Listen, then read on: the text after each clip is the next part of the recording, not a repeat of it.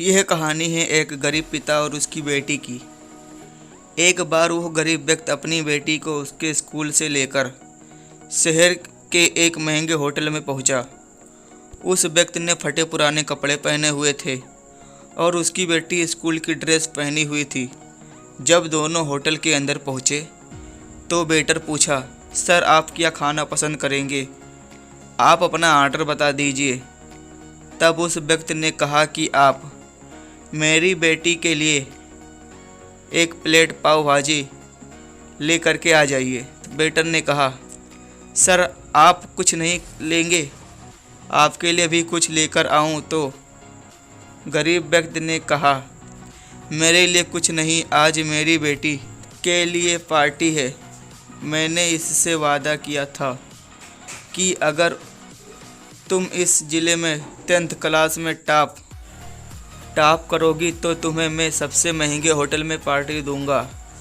तो आप सिर्फ बच्चे के लिए पाव भाजी ले आइए।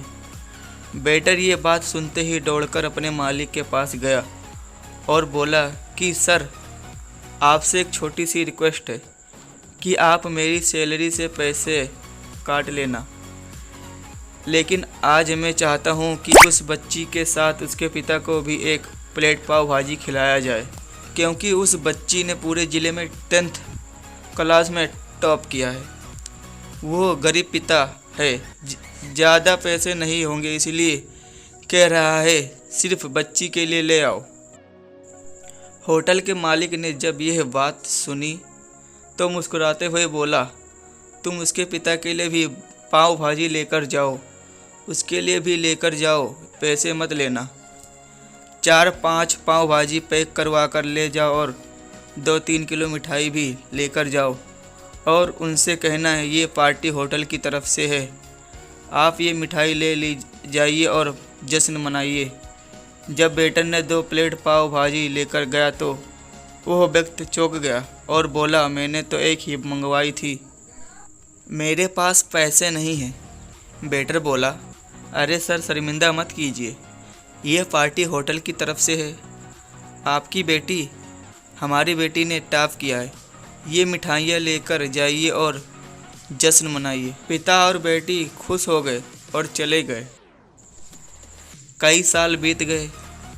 उस गरीब पिता की लड़की अब यूपीएससी की तैयारी करके कलेक्टर बन चुकी थी और इत्तेफाक से उसी शहर में उसकी पोस्टिंग हुई थी।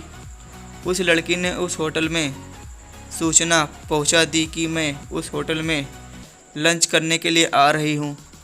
होटल के मालिक ने जब ये सुना तो होटल को पूरी तरह से सजवा दिया।